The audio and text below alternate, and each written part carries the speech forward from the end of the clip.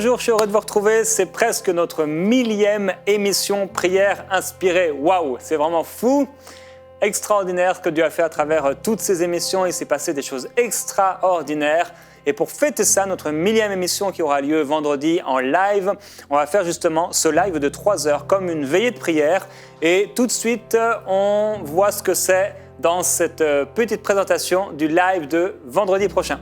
Chers frères et sœurs, à l'occasion de la 1000e émission de Prière inspirée, je vous invite à participer à notre toute première veillée de prière en live sur EMCI TV. Retrouvez-moi ce vendredi 16 octobre de 21h à minuit pour célébrer ensemble le Seigneur. Au programme, des temps forts de prière, des exhortations d'invités de toute la francophonie, un temps de célébration et des nouvelles inédites. D'ici le 16 octobre, préparons nos cœurs à vivre pendant ces 3 heures en live des temps forts dans la glorieuse présence du Saint-Esprit. Vous pourrez suivre le direct sur notre site emcitv.com, sur notre chaîne YouTube, sur Canal+, canal 197, ainsi que sur les satellites StarTimes, canal 724 et Eutelsat 16A. Et voilà, donc c'est dans 2 jours, on va vivre ensemble ce moment fort dans la présence de Dieu. Et bien sûr, je vous invite à être présent et à en parler autour de vous.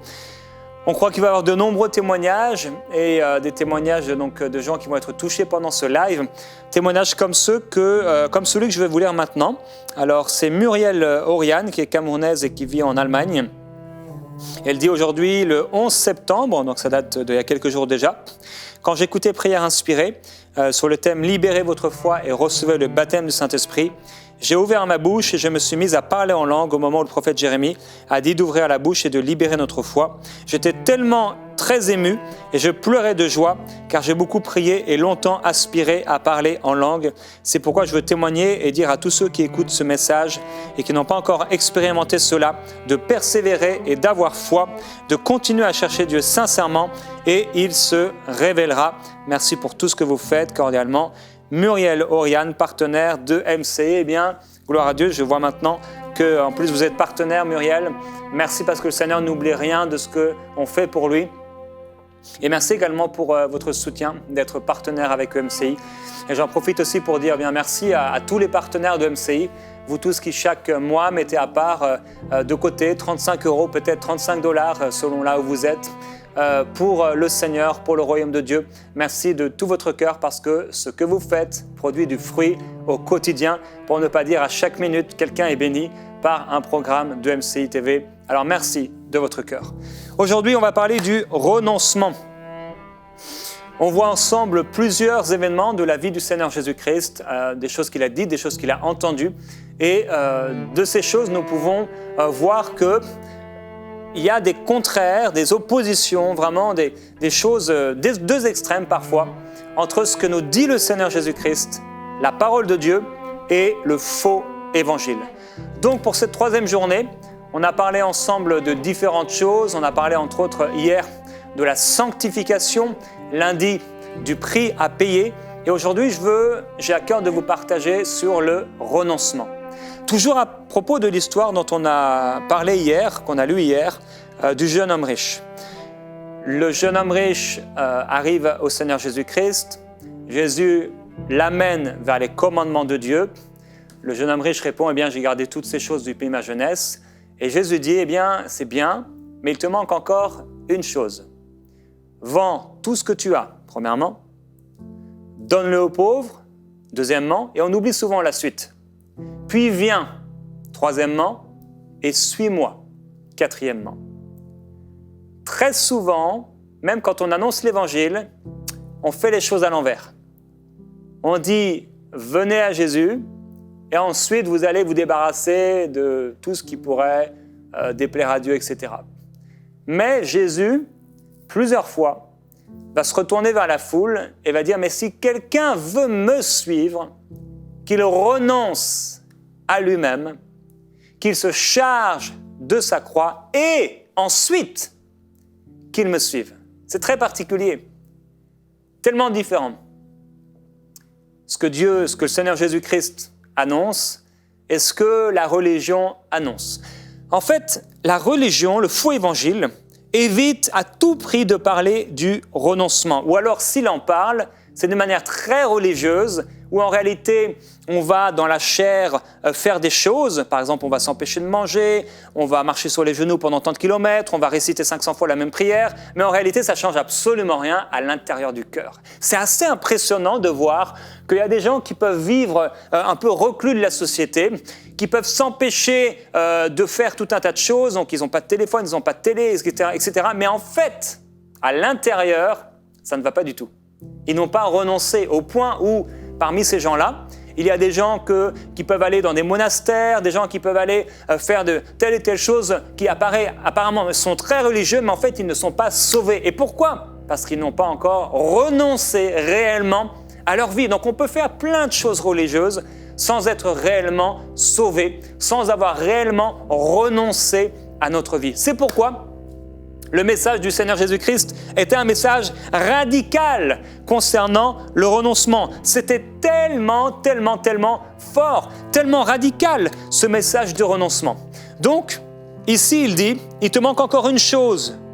Vends tout ce que tu as, distribue-le aux pauvres, et ensuite, viens et suis-moi. J'imagine que parce qu'il était riche, il devait avoir beaucoup de propriétés. Quand il a même commencé à penser à vendre tout ce qu'il avait, il a vu le travail que cela allait lui demander, mais plus que cela, bien sûr, la perte que cela allait occasionner. J'imagine que s'il avait obéi au Seigneur, on a vu hier que certainement il aurait dû dire, se mettre à genoux au pied du Seigneur et dire « Seigneur, je n'arrive pas, c'est tellement dur ce que tu me demandes de faire, le prix à payer est trop grand, Seigneur, aide-moi ». Je suis sûr que le Seigneur Jésus-Christ l'aurait aidé. Il l'aurait touché, il lui aurait donné une parole qui l'aurait fortifié. Mais il est parti tout triste. Alors, s'il avait obéi directement, il aurait dû vendre peut-être un terrain, 2 terrains, 3 terrains, une propriété, 2 propriétés, 3 propriétés et donner tout cet argent aux pauvres. Aujourd'hui, je vais vous parler du renoncement. Cette parole, va, vends tout ce que tu as et distribue-le aux pauvres. Le renoncement. C'est vraiment un fondement pour le croyant. Le renoncement. Jésus veut des gens qui ont renoncé à leur vie. Pas seulement des gens qui croient en lui, pas seulement des gens qui lisent la Bible, mais des gens qui ont renoncé complètement à leur vie. Des gens qui ont renoncé totalement à ce qu'ils sont, ce qu'ils ont, à des gens, à des relations. Parfois, on doit renoncer à toutes sortes de relations, toutes sortes de choses pour pouvoir le suivre. Le renoncement. Le renoncement, ça coûte. Ce renoncement.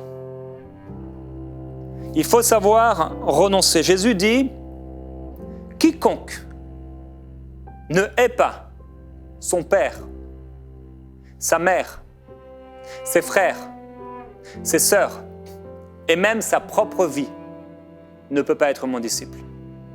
Waouh, c'est fort. Quiconque n'est pas prêt à renoncer à son père, et là c'est le symbole de l'autorité, à sa mère, c'est le symbole de l'affection, à ses frères, à ses sœurs, on pourrait parler et même à ses enfants, et son épouse, sentiment de devoir, de responsabilité, des sentiments, il y a ici différentes choses. Et aussi de la tradition, quand il est parlé des frères, l'enfance, tout ce qui a été hérité. Bref, notre propre vie. Pour suivre le Seigneur Jésus-Christ, il faut renoncer. Alors oui, Jésus dit, en se retournant vers cette foule, il dit de renoncer. Il se retourne vers la foule à un moment et il dit, celui qui veut me suivre, il doit porter sa croix. Il doit renoncer. Il dit, la graine de blé doit tomber en terre et doit mourir. Pour suivre le Seigneur Jésus-Christ, il faut être prêt à renoncer. Il faut être prêt à payer un prix. On a parlé du fait de payer un prix hier. Mais aujourd'hui, le renoncement, c'est un peu différent. Ce renoncement, ce que Dieu nous demande de faire. Il parlera par exemple un jour de ces gens qui vont avoir la porte du royaume fermée parce qu'il était nu et on n'a pas pris soin de lui. Il était malade et on ne l'a pas visité. On n'a pas fait attention à lui. Je voudrais aujourd'hui encourager une personne à renoncer encore. À renoncer encore à ce quelque chose qu'elle tient. Ce quelque chose qu'elle garde. Ce quelque chose que tu gardes, que tu conserves. Être prêt à y renoncer. C'est peut-être une personne qui doit renoncer à l'utilisation qu'elle fait de son téléphone. Elle sait que ce téléphone, c'est tellement petit en plus. Pourtant, elle en est esclave. Elle sait qu'elle a pris une mauvaise habitude. Elle se réveille le matin, à peine elle peut fermer les yeux, et paf, elle prend le téléphone. Les yeux à moitié ouverts, elle surfe sur les réseaux sociaux, encore et encore. Le soir, elle s'endort avec son téléphone. Aux toilettes, elle va avec son téléphone. Presque sous la douche, elle va avec son téléphone. Elle est liée, esclave. C'est peut-être pour quelqu'un une mauvaise habitude. Peut-être une passion. Peut-être une relation. Peut-être un objet. Peut-être une passion, quelque chose, un projet. Quelque chose qui n'a pas sa place. Une lecture. C'est peut-être une série sur Netflix. Et ensuite une deuxième série. Et ensuite une troisième série. Et sur une année, ça a été 150 soirées qui ont été perdues. Alors que Dieu vous appelait à passer plus de temps avec lui parce qu'il y avait des richesses inexploitées qu'il voulait vous confier. Le renoncement. C'est tellement beau de renoncer. C'est tellement fort de renoncer. J'ai remarqué que les personnes qui m'inspirent, elles m'inspirent parce qu'elles marchent avec Dieu année après année. Elles m'inspirent parce que ce sont des personnes qui ont soif de Dieu. Des personnes qui aspirent constamment au réveil et qui vivent le réveil d'une manière ou d'une autre dans leur vie. Ce sont des personnes qui ont renoncé. Le renoncement, c'est quelque chose de fort. Et là, je ne peux pas ne pas penser à ce temps où, alors qu'on allait se marier avec Annabelle, on était constamment dans la pensée du renoncement. C'est très fort en nous, c'est très, très fort en moi. Déjà, c'est ce qui a été prêché dans mon église, mais c'est aussi ce que je méditais, c'est aussi ce que je voyais dans la parole.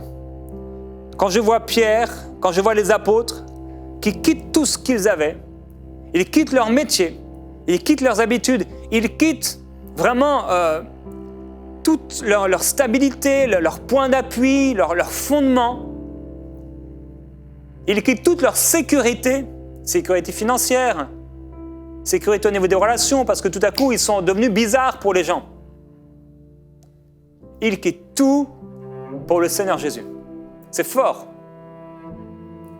Alors quand Dieu nous a appelés, on était dans cette pensée du renoncement. Et je dis à Annabelle, et je l'ai déjà répété plusieurs fois, que la seule promesse que je lui ai faite, c'est que le prix à payer serait dur. Qu'on allait renoncer pour le Seigneur. Et bien sûr, les promesses habituelles de fidélité, d'amour, etc. Mais on avait en nous cet état d'esprit de renoncement. Quand on a dû déjà tout quitter au départ, notre Bretagne, ma ville que j'aimais, ma famille, mes parents, etc. Le lieu dans lequel j'avais dit je passerai toute ma vie pour enseigner-moi, pour construire enseigner-moi. C'était en 2004. Eh bien, vivre ce renoncement, ça libère, ça fait du bien. L'apôtre Paul, il dit, on a un peu parlé de ça cette semaine. À un moment, il dit qu'il porte sur lui les marques, ces cicatrices, comme si c'était les cicatrices de Christ. Et il les porte sur lui. Comme s'il dit, il complétait un peu le sacrifice de Christ dans sa chair. Il porte Christ, il vit Christ. Il dit, ce n'est plus moi qui vis, c'est Christ qui vit en moi. Il vit Christ. Le renoncement nous permet de vivre Christ. Quand on a renoncé à notre vie, parce qu'on voulait vivre pour lui, quand vous avez renoncé, quand on a renoncé à nos péchés, parce qu'on savait qu'on avait besoin de lui, on a vécu Christ. Mais quand on renonce sur la route à notre vie, quand on renonce à un bien, quand Dieu nous dit, eh bien, tu vas vendre ta voiture et tu vas la donner à quelqu'un, parce que oui, Dieu peut dire une telle chose. Quand Dieu veut dire à quelqu'un, eh bien, tu vas déménager, tu as un bon travail, bonne sécurité, mais je t'appelle à aller dans cet endroit. Eh bien, il y a un renoncement. Mon frère était chef d'entreprise. Il avait à peu près, je crois, une petite trentaine d'employés, vingtaine ou trentaine d'employés. Il gagnait bien sa vie. Il avait bâti cette entreprise, il avait travaillé, mais comme un fou, comme un fou. En tant que prothésiste dentaire, chef d'entreprise, il avait un succès financier assuré devant lui. Vraiment. Mais Dieu l'a appelé à nous rejoindre au Canada, au Québec, pour cette vision. Et il le savait. Et à un moment, le Seigneur lui a parlé, elle a dit c'était le moment. Et nous le savions. Je le savais, je n'ai rien fait pour. Et Michael lui a proposé de venir nous rejoindre. Et c'était le temps de Dieu, parce que Dieu lui avait parlé. Il a renoncé à tout. Il aimait travailler de ses mains, il aimait son métier, c'était une passion. S'il parle avec vous 2 minutes, il va savoir exactement comment sont vos dents. Parce que c'était sa passion. Il s'était engagé financièrement, il avait payé, etc. Il avait donné de lui-même, de son temps, de sa famille, de sa vie. Mais pour la vision, quelque chose que il ne savait pas exactement ce que ça allait être, il ne savait pas exactement ce qu'il allait faire. La vision, le renoncement. Mais quand tu renonces, je me souviens quand on est arrivé au Québec, en 2010, on était mariés depuis 7 ans avec Annabelle, avec notre petite fille Eden, qui avait vécu en France, etc. On avait déjà quitté notre famille la première fois, quand on est parti de la Bretagne en région parisienne.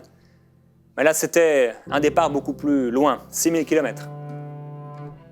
Frères, sœurs qu'on laissait, parents qu'on laissait, amis qu'on laissait, église qu'on laissait. On laissait tout derrière nous.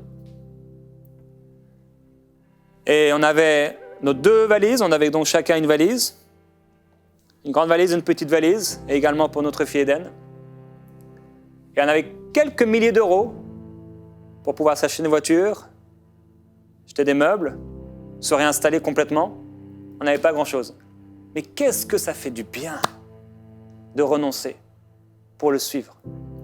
À chaque fois que j'ai dû renoncer, il y a un temps, parfois, oui, c'est vrai, c'est dur, surtout quand c'est des choses profondes dans le cœur. Renoncer à notre façon de voir le ministère. Renoncer à ce qu'on a toujours cru, dans quoi le Seigneur nous appelait. En fait, là, il est en train de nous amener quelque part d'autre, et là, on passe par un temps de renoncement. On dit, Seigneur, non pas ma volonté, mais ta volonté. Après-demain, dans ce live, je vais vous partager vers quoi Dieu m'a appelé. J'ai dû renoncer à des choses, tout dernièrement encore, des façons de penser, des façons de voir, qui vont changer complètement ma vie. Le renoncement. Et quand on renonce, on vit Christ. Quand on renonce, ça fait du bien. Quand on renonce, c'est comme si on sent l'approbation divine. On sent le regard du Père.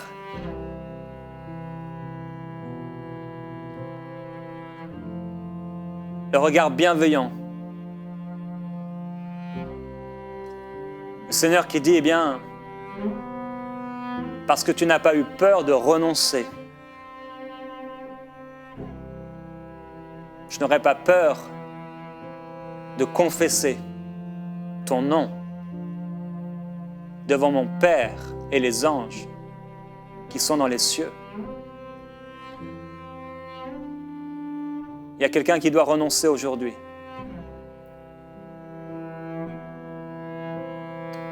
Tu sais que tu sais que tu sais que tu dois renoncer. Depuis longtemps, Dieu t'appelle à renoncer à cette chose-là. Ou depuis peu de temps pour certains, Dieu vous a parlé et vous a dit de renoncer à cette chose, de renoncer peut-être à cette relation. Et Dieu t'amène dans ce lieu de désert, de renoncement. Quand ils sont sortis de l'Égypte, ils sont sortis avec de l'or, de l'argent. Mais ils s'en sont fait un veau d'or, tel qu'ils les avaient vus en Égypte. Moïse est descendu et s'est fâché, il s'est mis en colère. Le veau d'or a été brisé, jeté à la surface des eaux. Il n'y avait plus d'or. Des fois, il y a des choses, on les garde. Des lots dans nos vies qui veulent nous ramener en arrière. Des lots dans nos vies qui veulent nous empêcher d'avancer. On garde un cousin, on garde un frère, on garde une mauvaise habitude, on garde un objet. On dit « Oh non, cet objet, il est trop précieux. » Je me souviens quand ma maman a rencontré le Seigneur, elle a jeté son pendule qui coûtait très cher. Je ne sais plus si c'était 1000 francs à l'époque. Elle s'en est débarrassée. La Bible dit dans les Actes des Apôtres que ceux qui avaient pratiqué de la magie, etc., la sorcellerie, toutes sortes de choses, ils ont brûlé ces livres. Et la Bible dit le prix que ça coûtait, ces livres. C'est pas pour rien que la Bible, parce qu'on a calculé même, c'est spécial, ils ont calculé la valeur que ça avait. Et ils ont jeté ça au feu. Il y a des choses qui doivent être jetées au feu dans ce temps de prière. Tu es là en train de prier, mon frère, ma sœur, et il y a ce quelque chose qui doit être jeté au feu de celui qui est saint, au feu de la purification, au feu de la sainteté de Dieu. Seigneur, montre-nous ce que tu nous appelles à renoncer, ce à quoi tu nous appelles, les choses qu'on doit renoncer. On doit laisser, c'est terminé, c'est derrière. Ça peut être un sport, comme je l'ai dit, une passion pour quelqu'un. Je sais qu'il y a des gens, ils étaient dans des sphères d'activité où ils auraient pu avoir beaucoup d'argent et pourtant, ce n'était pas ce que Dieu voulait pour eux. Et ils ont dû renoncer. Père, je prie pour cette personne qui doit renoncer. Pour certains, ils doivent renoncer à un esprit qui les pousse, un esprit d'avarice. Plusieurs doivent renoncer à des façons de faire qu'ils ont héritées dans l'enfance. Ils sont liés et ils disent « on a toujours fait ça dans la famille ». Des choses mystiques auxquelles ils doivent renoncer.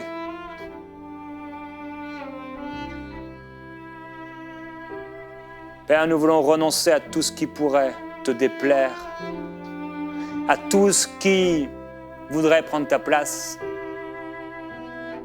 à toute occasion de chute.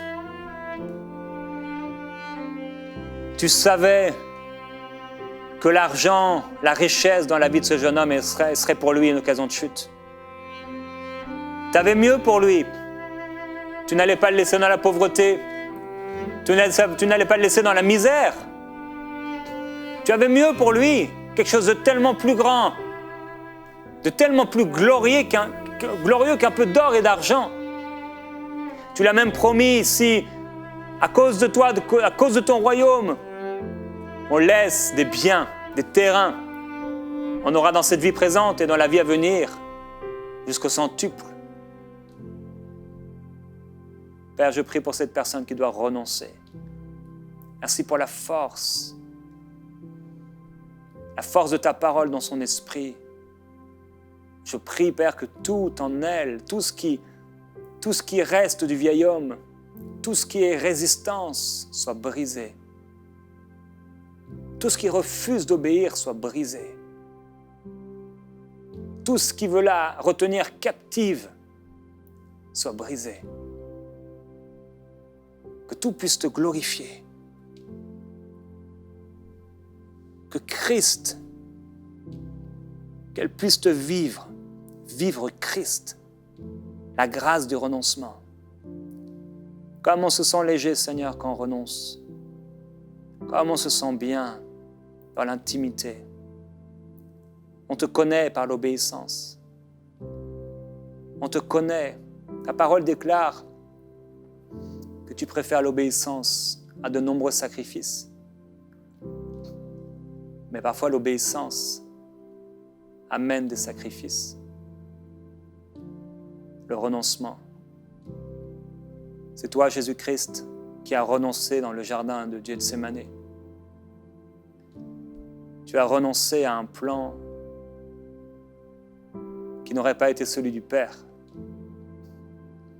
Tu as dit, oh, si tu peux, éloigner cette coupe de moi, mais non pas ma volonté. Seigneur, nous voulons dire ensemble, non pas notre volonté, concernant notre agenda, concernant nos projets, concernant l'utilisation de notre argent, concernant nos relations, concernant la façon de voir, le mariage, la vie, le service, toutes sortes de choses. Non pas notre volonté, mais la tienne. Non pas notre façon de voir, mais la tienne. Non pas notre intelligence, mais la tienne. Non pas nos raisonnements, mais les tiens. Nous voulons renoncer. Nous ne voulons pas être de ceux qui se soumettent au faux évangile, qui nous dit qu'il n'y a pas de prix à payer, qu'il n'y a pas de renoncement. Nous voulons être radicaux pour toi. Renoncer. Saint-Esprit, merci. Merci. Merci parce que tu parles. Amen.